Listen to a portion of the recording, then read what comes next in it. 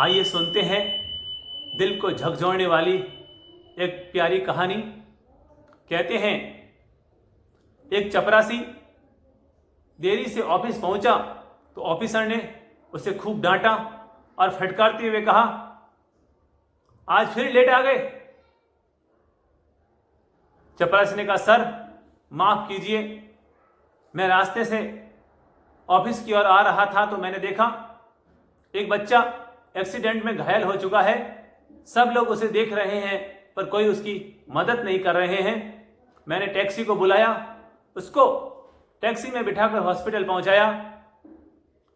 Doctor ने कहा कि इसके खून बहुत बह गया है, इसके लिए खून की व्यवस्था भी करनी पड़ेगी। मैंने तुरंत अपने 2-4 करीबी मित्रों को फोन लगाया और जैसे तैसे उसके लिए खून की भी व्यवस्था की। और जब डॉक्टर ने कहा कि अब चिंता की कोई बात नहीं है, आप आराम से जा सकते हैं, तो मैं चला आया। सर माफ करना, 2 घंटा लेट हो गया। जब ऑफिसर ने यह सुना तो कहा, क्या पूरी दुनिया का भला करने का ठेका तूने ले रखा है? अरे एक आध बच्चा मर भी जाएगा तो क्या फर्क पड़ेगा, रोज हजारों बच्चे पैदा होते हैं। जब चपरासी ने यह सुना तो कहा, सर कोई बच्चा मरेगा, आपके तो मेरे तो फर्क नहीं पड़ेगा, पर जिसका बच्चा है उसके बहुत बड़ा फर्क पड़ जाएगा। ऑफिसर ने कहा, जा रे जा, मुझे ज्ञान देता है, कल से समय पर आना, अपना काम कर। और कहते हैं कि दोपहर के 3 बजे हॉस्पिटल से ऑफिसर के पास फोन आया। कहा, सर आप जल्दी से हॉस्पिटल आ जाइए, आपका बच्चा हॉस्पिटल में भर्ती है। जैसे ही ऑफिसर ने यह सुना को तुरंत हॉस्पिटल की ओर भागा और वहां पर अपने बच्चे को देखा तो उसके होश उड़ गए।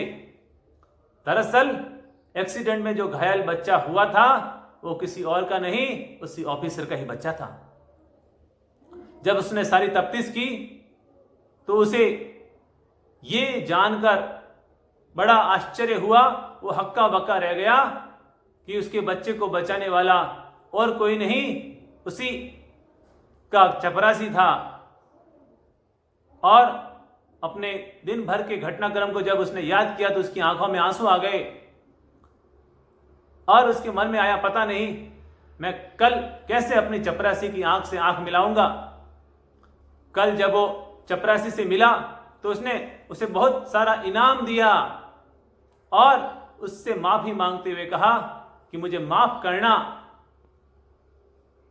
मैंने तेरे साथ कल बहुत बड़ा अभद्र व्यवहार किया।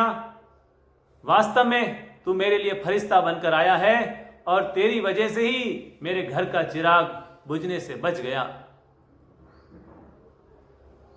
यह घटना हमें सिखाती है कि हमें कभी भी भलाई का मार्ग नहीं छोड़ना चाहिए, दूसरों की सहायता करनी चाहिए और जो लोग दूसरों की सहायता करते हैं उन्हें हमें अपनी ओर से भरपूर सहयोग भी प्रदान करना चाहिए।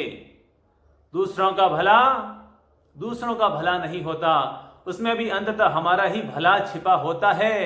इसलिए कर बुरा तो हो बुरा और कर भला तो हो भला।